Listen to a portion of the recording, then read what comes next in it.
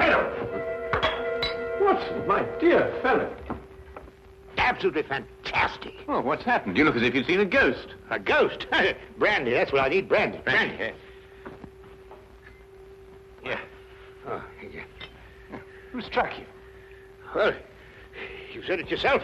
It was a ghost, and without any previous warning at all, he hit me in the eye. Yeah, wait a minute. Yes, I think you better have another. Well, thank you. And now I'll begin again. Who struck you? Upon my words, Holmes, it was a ghost. A ghost. Huh? Do you have a headache, Watson? It may seem humorous to you, but I mean, look, let me tell you from the beginning. Yes, please do, but start right at the beginning. Right, well, I was on my way back from the club. You see, it was about 8 o'clock. And I got into Spender Street, and I was just opposite that little tobacconist. You know, makes that big Yes, I know, yes. Go on, Watson. What did you do then? Well, I saw a man in front of me suddenly clutch his chest. He was walking towards you? How do you know? Well, I mean, you said he staggered and clutched his chest. You must have been... Yeah, that's logical. Anyway, anyway, I rushed up to him to help him, you see, and he's still able to mumble something about he had a heart, and he lived in 19 Hooper Street, and would I help him get there? But there were no other pedestrians? No, the street was completely deserted. Good. Go on. Well, then his landlady let us in, and he was unconscious by that time, so I carried him up to his room, and I laid him out in his bed, and Holmes, he was dead. Now, look here, Holmes, he was absolutely, completely, and utterly dead. I couldn't make a mistake about a thing like that. No, of course you couldn't, old man. No. Go on, then. What happened next? Well, then I told the landlady rather said to me that she'd called the authorities, you see, and I left my name with her just in case, you know, they'd want me. And then, well, I thought it would be rather more delicate if I left, you see. I mean, he must have relations. Yes, it's quite right, Watson. The most delicate situation. Yeah. What was the man's name? Higgins. Albert Higgins. Uh-huh, I see. And what did you do after you left the house? Well, you see, it had been a bit of an effort, you know, carrying him up like that, so I got down the stairs and popped across the road into a pub and had a pint. And then I started off back to the flat, you see. Well, I just turned the corner into Spender Street, and there was Higgins, Albert Higgins? Yeah, just face to face with me. He really was large as life. We stood looking at each other for a minute, then he lashed out and hit me in the eye. And then really, Holmes, he vanished. Vanished? Yes, he's into the blue. Well, he ran away? Well, the street was rather ill-lit, you know, and it took me a minute or two to pull myself together. And then I don't know whether he ran away or not, but he vanished. Well, that's most unusual. Most? Did you speak to this ghost? Well, I may have said, good gracious, Higgins, or by Jove, Higgins, or even good heavens, Higgins. Oh, yes, perfectly natural, Watson. Describe Higgins to me.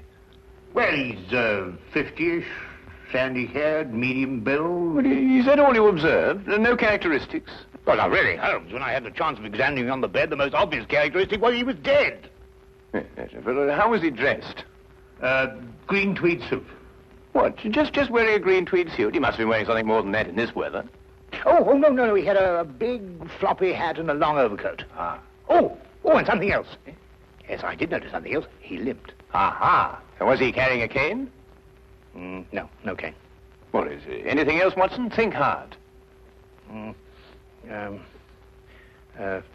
Oh, yes, I remember something now. What? Yes, the second time I saw him, he was carrying a package. But the first time, he didn't have one. Now this is curious. Very curious. Where are you going, Holmes? Not me. We. I'm in no condition to leave the house. And a morsel of raw beef will immeasurably improve your appearance. And then what? Then we shall do our best to track down the belligerent ghost of Albert Higgins. Fascinating idea, don't you think? Well, the whole thing's been most unnerving, you know. I mean, it knocks the wind out of the chap, yes. Oh, really, no one.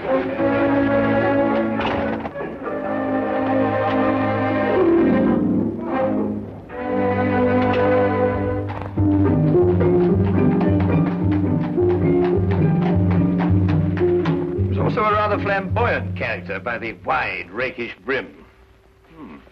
I see he was an artist, too. Though he hasn't painted very much recently. Notice the specks of paint underneath the brim here. And not house paint, but canvas oils. Here, what's this? How are you, Jensen? What are you doing in poor Albert's room? Oh, good evening, Mrs. Blake. You remember me, Dr. Watson? You're the bloke who brought poor Albert in. Yes. Who's your gentleman friend? This is Mr. Sherlock Holmes. Mrs. Maggie Blake, the landlady. Pleased to meet you, I'm sure, Mr. Holmes. Oh, poor old Albert. He was proper fond of life, Albert was. He wouldn't have popped off if he'd had his way. Oh, few of us would, madam. I was around to the local having me good-night pint. And grieving for poor old Albert. He would have wanted a proper send-off, with a pint of mild and bitter, Albert would. No doubt he would, madam. The body, I see, has been removed by the authorities. Oh, poor old Albert on a slab. Oh, dear, dear. Have you notified his next of kin, Mrs. Blake? no, he had none. He was all alone. Oh, I see. Where was Mr. Higgins employed, madam? At the Pembroke Museum, right around the corner in Spender Street. It's a picture museum. Albert was a day watchman. A day watchman, you say? What were his working hours? 9 in the morning till 9 in the evening. Punctual as a clock, Albert was. Never late a minute. Poor Albert. He always came back from the museum, then, at a few minutes after 9 every evening. Aye, to make his supper. He was a proper good cook, Albert was. Excuse my saying so, madam, but aren't you mistaken? Surely it's a little after 8 when Mr. Higgins finished work? Because it was only a little after 8 when I picked him up this evening and brought him here. Oh, no, Doctor. It was just after 9. I marked the time because I was waiting for Albert to come back. He'd asked me to get him a cut of beef. He always came back just after 9. He'll never eat that beef now. Poor Albert won't. He'll hit you in the eye. Hmm? Oh, no. I just bumped into a door. Oh, you shouldn't get familiar with the door, if you know what I mean. Well, really, that... Yes, I think we've found out all we can for the time being, Watson. Thank you, madam. We shan't intrude on your grief any further. Poor old Albert. It really is most embarrassing about this eye, Holmes. Did you hear what she inferred? It's a terrible situation. And she's wrong about the time. It was only a little after 8. And it's only a few minutes' walk to Spender Street. Yes. Time is a curious dimension, Watson. Habit and a preconceived notion can so easily reverse the hands of a clock. And yet the clock is still in perfect working order. Where are we going? To view the mortal remains of poor old Albert Higgins.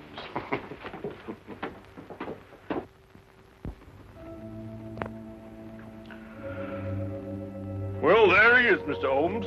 Nice and peaceful, I gave. Poor chap. See anything, Holmes? Nothing that I haven't already deduced, except that I drew an erroneous conclusion from his hat. He has painted recently, but indoors with his hat off. There are still traces of paint, quite fresh under his fingernails. What does that mean? I haven't the faintest idea. Well, you gents aren't the only ones interested in this dearly departed. Inspector Lestrade of Scotland Yard's looked him over, too. Oh, indeed. Oh, he's still here if you'd like to talk to him. Well, that should be very informative for one or the other, or both of us. I can't understand it, Holmes. I'm absolutely sure this is the man who punched me. I'm positive. But also the one who had the heart attack? Yes, I'm sure of it. One and the same. Well, he's punched his last punch. Where he probably is, they're punching him. Full of holes with pitchforks. Yes, well, I think we've seen and heard enough. Would you like to take us to Inspector Lestrade now, please?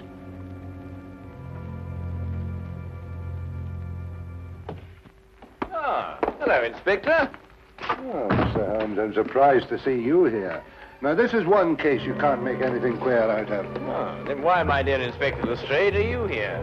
Well, when they brought him in, somebody recognized him as Pound-Note Albert Higgins. I come along to check their identification. We like to keep a track of our old pals, you know. What was he in prison for? Counterfeiting. He made the best pound note you ever saw. Yes, he was a real artist. Lestrade, there's no doubt as to the cause of death, is there? Oh, sorry, Holmes. Heart failure, no foul play. I understand you were with him in his last moments.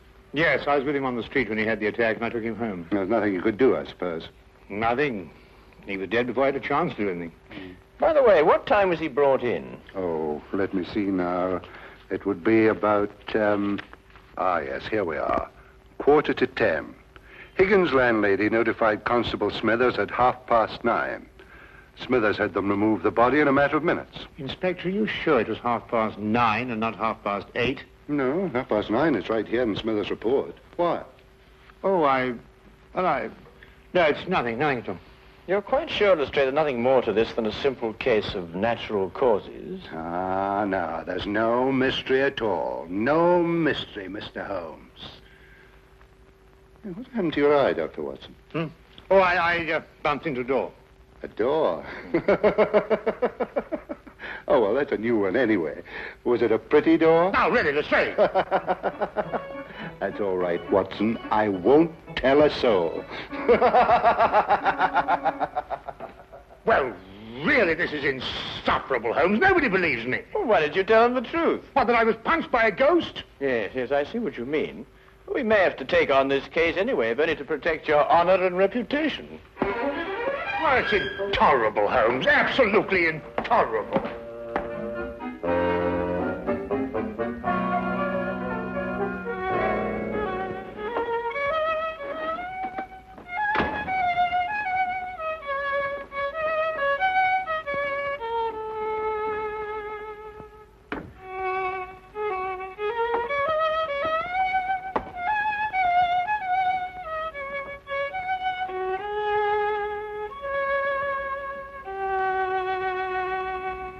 Oh, evening, Watson.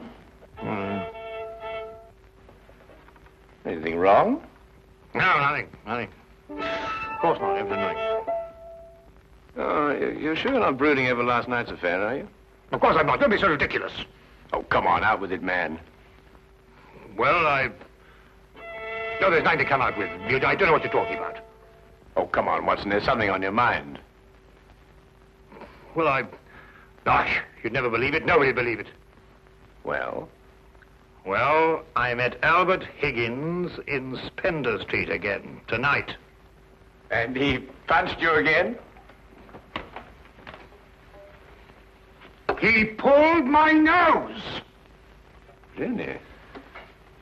Very, very interesting, Watson.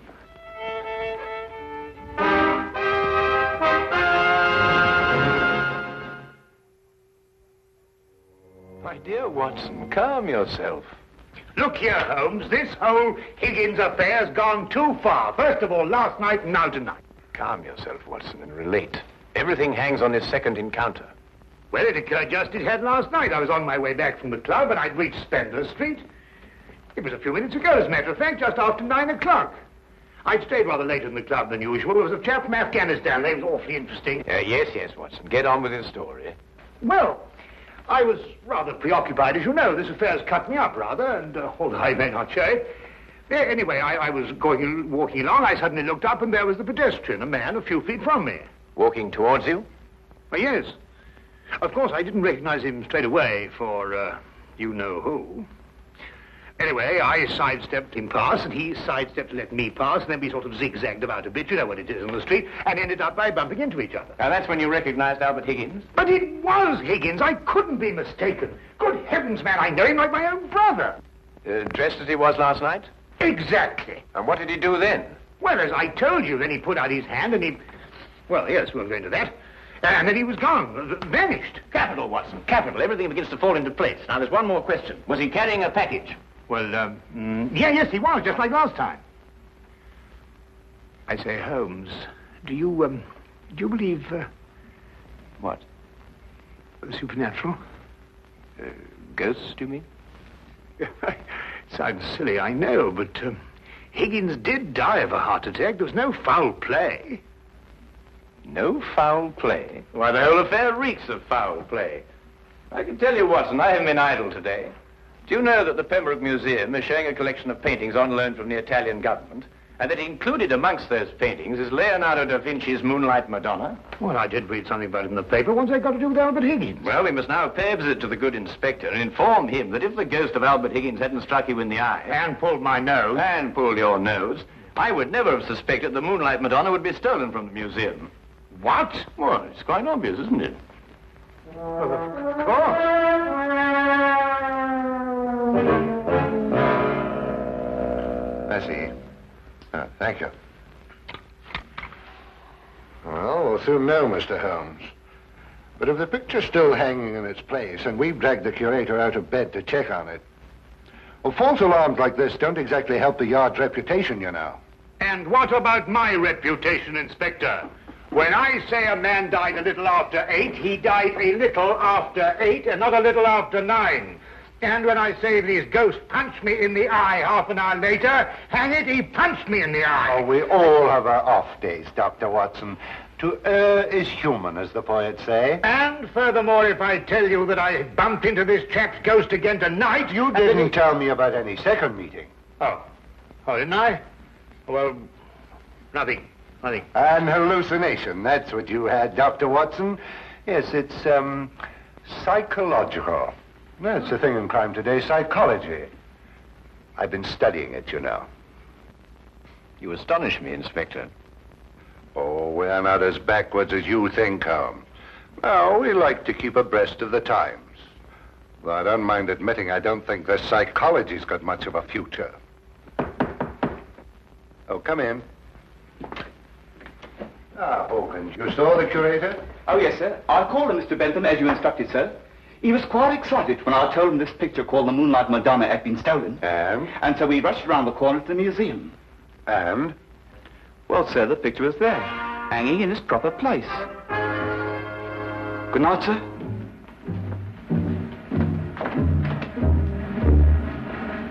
Well, there you are, Holmes. As I said to Dr. Watson, to err is human. Can I give you gentlemen a lift anywhere? Thank you, Inspector. Oh, I think it might be a good idea if we called at the Pembroke Museum on our way. But you heard what Hawkins said. The picture was hanging in its proper place. My dear Lestrade, Hawkins' statement merely proves that what he and the curator saw was not the Moonlight Madonna at all. Merely an excellent forgery.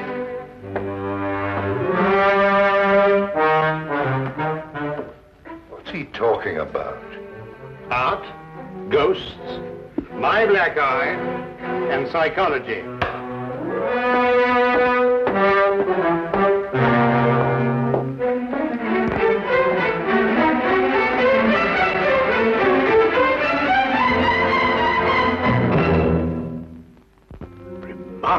Remarkable.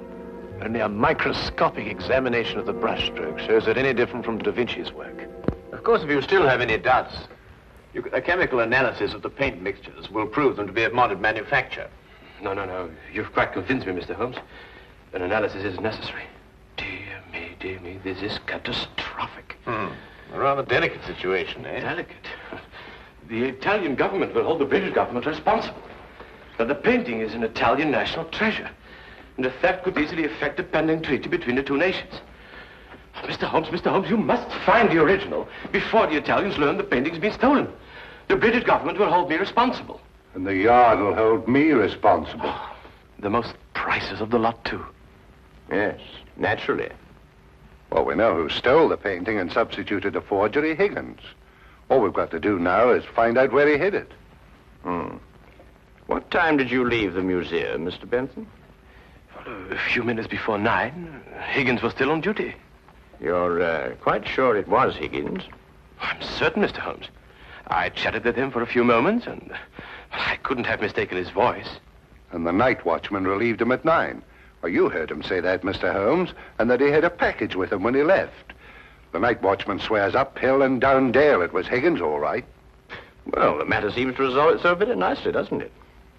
Dr. Watson was punched by Higgins a few minutes after 9. The night watchman saw him leave at 9. And you spoke to him a few minutes before 9. Look, Holmes, why don't you and Dr. Watson go home and have a good night's rest? From now on, it's nothing but plain, ordinary, simple police work. Nothing you could use a magnifying glass on. True.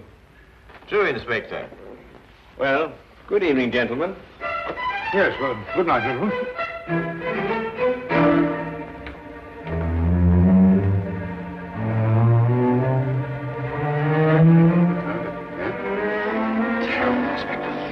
Terrible, Inspector. Terrible. What do we do now? Interesting affair, eh, Watson? Look, I don't care what anybody says. It was after 8 when Higgins punched me. Well, has it occurred to you that if Higgins didn't punch you, who had the heart attack? Well, now, look here, Holmes, Oh, confound it, for all I know, it was Higgins who punched me and his ghost had the heart attack. Come on, Watson.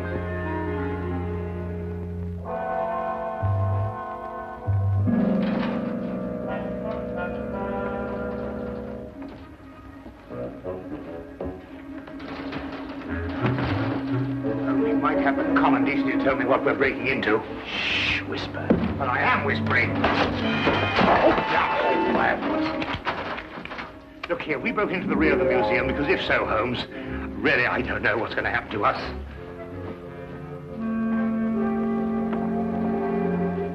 Here, hold this. What? Oh.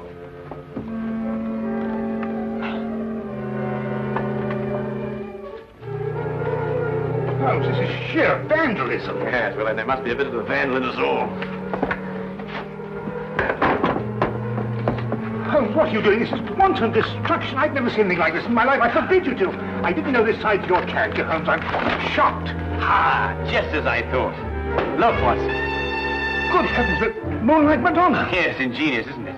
And yet, what could be simpler than to attach it to the back of an old rubber painting? How on earth did you work that out? Well, I just asked myself where I would hide a stolen canvas. Holmes, have you gone mad? No. We're just to wait events. I don't think we should have to wait very long. Holmes! Dr. Watson! What's the meaning of this? Watson, I believe you've already met Mr. Bentham in his capacity as curator of the Pembroke Museum. Allow me to present him to you now as the picture thief. Charmed, Dr. Watson. Oh, delighted. What is this? So you discovered my little hiding place, Mr. Holmes. I'm curious. How did you know it was I and not the late lamented Higgins? Yes, I believe Dr. Watson's story from the first. If Higgins died at a little after 8, it must have been someone else who struck him a little after 9. But it was Higgins who punched me home. Don't know, Watson. It was a limp, a wide, floppy hat, and an exceedingly long overcoat that punched you, seen in a dimly lit street. A psychological misidentification, as the good inspector would call it. The night watchman was also a victim of the same illusion. And what about the landlady? How much did you have to pay her to set back the time of death by an hour, Mr. Bentham? Oh, not much, Mr. Holmes. How did you know it was me? Dr. Watson and the night watchman both identified the 9 o'clock Higgins visually at a distance. Only you pretended to have spoken to him. This meant that either you were lying, or Dr. Watson was punched in the eye by a ghost. I believe the simple explanation. You almost make me feel transparent, Mr. Holmes. To anyone who viewed the facts objectively, you were. It's a pity that one crime has to lead to another. Yes, and I think it's a great pity, Holmes, that you broke that vase. Oh, yes. But it's only an imitation. Nonsense, you can't tell me that that sort of work like this is an imitation. Perhaps the pieces can be... Well done, Watson, well done. You know, Holmes, you didn't have to invite him here to catch us. You put us in rather an awkward position. Oh, my dear fellow, I have sublime confidence in your ability to extricate us from any predicament in which my rashness may place us. Might I suggest that you now fetch the good inspector? Yeah, here you are. Yeah. Excuse me. I say, Holmes, Bentham punched me in the eye. Who was it tweaked my nose? Well, my dear old chap, it was absolutely imperative that I make certain that the limp, the hat, and the coat were really capable of fooling you. You? Yes, I regret to say I not only tweaked your nose, but I also pulled your leg. Oh! What?